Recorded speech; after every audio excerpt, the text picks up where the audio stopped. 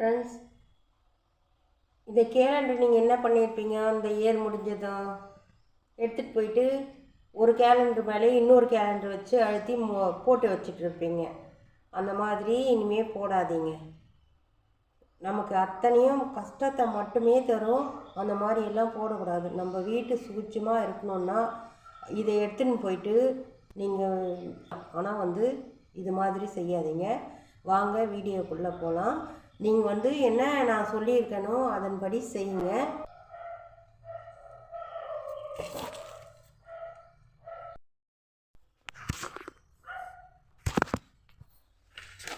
இது month calendar தானே, இதை கூட பண்ணக்கூடாது அப்படின்னு சொல்லுவீங்க.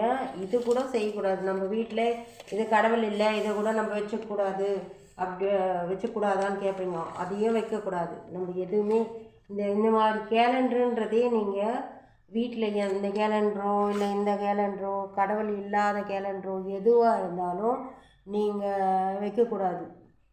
கம்பல்சரி நான் சொன்ன மாதிரி எடுத்துகிட்டு போய் செஞ்சுடுங்க. எல்லா நன்மையும் நமக்கு சேரும். நம்ம வீடு சுபிட்சமாக இருக்கிறத நமக்கு அதன்படி இருக்கணும்னா என்ன சொல்கிறாங்களோ அதை செய்யுங்க. இது ஒன்றும் தப்பு கிடையாது. நீங்கள் அங்கங்கே வச்சு கால் படுற கை படுற இடத்துல வைக்கிறத விட நான் சொல்கிற மாதிரி செஞ்சிங்கன்னா மற்றவங்களும் அதுதான் சொல்லுவாங்க உங்களுக்கு. நீங்களே யோசிச்சு பாருங்கள். அந்த மாதிரிலாம் நம்ம வீட்டுங்களில் வைக்கக்கூடாது. அதனால் நீங்கள் எடுத்துன்னு போய் நான் சொல்கிற மாதிரி செஞ்சிடுங்க.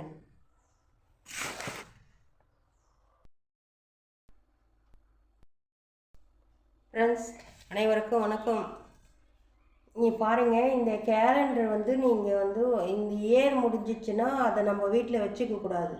நம்ம வீட்டில் வச்சுக்கணுன்னா தத்ருவம் பீடை இந்த மாதிரி பிரச்சனைங்க மேலே பிரச்சனை வரும் வீட்டுக்கு. இது முடிஞ்சதுமே எடுத்துன்னு போய் என்ன பண்ணுவீங்க? எங்கேயோ ஒரு இடத்துல வைப்பீங்க. அந்த மாதிரி எல்லாம் வைக்கக்கூடாது. இதை வீட்லேயும் வைக்கக்கூடாது, கோயில்லையும் எடுத்துன்னு போய் நீங்கள் வைக்கக்கூடாது, குப்பையிலையும் தூக்கி போடக்கூடாது. அதனால் நீங்கள் என்ன பண்ணுவீங்கன்னு யோசிச்சு பாருங்கள். இது அந்த மாதிரி செய்யக்கூடாது. நீங்கள் இந்த கேலண்டரெல்லாம் எடுத்து ஒரு இடத்துல சேகரித்து வச்சு மொத்தமாக எடுத்துகிட்டு போயிட்டு தண்ணி ஓடுற ஆறு இல்லை கிணத்துல கூட போடலாம். நீங்கள் கிணத்துலேயும் போடலாம். இந்த மாதிரி அப்படி போட பழகிக்குங்க. வீட்டில் நம்ம இந்த கேலண்டரெல்லாம் வீட்டில் வைக்கக்கூடாதான். நமக்கு ஏதாச்சும் ஒரு பிரச்சனை, உடம்பு பிரச்சனை, ஏதாவது ஒரு பிரச்சனை தந்துகிட்டே இருக்குமா. அதனால் இந்த கேலண்டருங்களெல்லாம் நம்ம யூஸ் பண்ணதை இந்த இயர் முடிஞ்சிச்சா, இப்போது 2024 முடிஞ்சாச்சு. இப்போது இந்த 24 கேலண்டர் நம்ம வச்சுக்கக்கூடாது. உடனே எடுத்துன்னு போய் இதை ஏதோ கங்கையில் கரைக்கணும், இல்லை ஆறு குளம் எங்கே வேணால் எடுத்துகிட்டு போவீங்க. ஆனால் வீட்டில் மட்டும் வைக்காதீங்க ஃப்ரெண்ட்ஸ். ஏதோ சொல்கிறாங்கன்னு நினைக்காதீங்க. உண்மையாக இதுதான் உண்மை. நீங்கள் உங்களுக்கு தெரிஞ்சதை இதுதானான்னு நீங்கள் எனக்கு கமெண்ட் பண்ணுங்கள். எனக்கு தெரிஞ்சதை சொன்னேன். நாங்கள் அப்படி தான் பண்ணுவோம். முடிஞ்சதே எடுத்துகிட்டு போயிட்டு கிணத்துலேயோ ஆறெல்லாம் நம்ம கிட்ட இல்லைன்னா போகிறவங்க கிட்ட கூட கொடுத்தா விட்டுடலாம். இல்லை கிணத்துல தண்ணி இருந்தாலும் அந்த கிணத்துலேயும் நீங்கள் போட்டுடலாம். இதை போட்டுட்டு வந்துடலாம். ஆனால் கோயில்லையும் எடுத்துன்னு போய் வைக்கக்கூடாது. அந்த மாதிரி கோயில்லையும் வைக்கக்கூடாது. நம்ம குப்பையில் போட்டுடுறாங்க. எல்லாத்தையும் வாரி குப்பையில் எவ்வளோ கலீஜெல்லாம் இருக்குது. அந்த இடத்துல கடவுள் நம்ம கும்பிடுற வருஷம் ஃபுல்லாக நமக்கு நல்லது செஞ்ச கேலண்டர் அதை எடுத்துன்னு போய் குப்பையில் போடலாமா?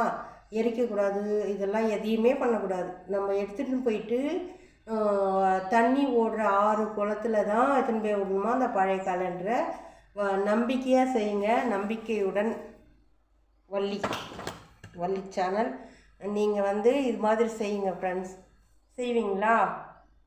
நான் சொன்னது தப்பாக ரைட்டாக நீங்களே சொல்லுங்கள். இதுதான் உண்மை. இப்படி செஞ்சால் தான் நல்லது.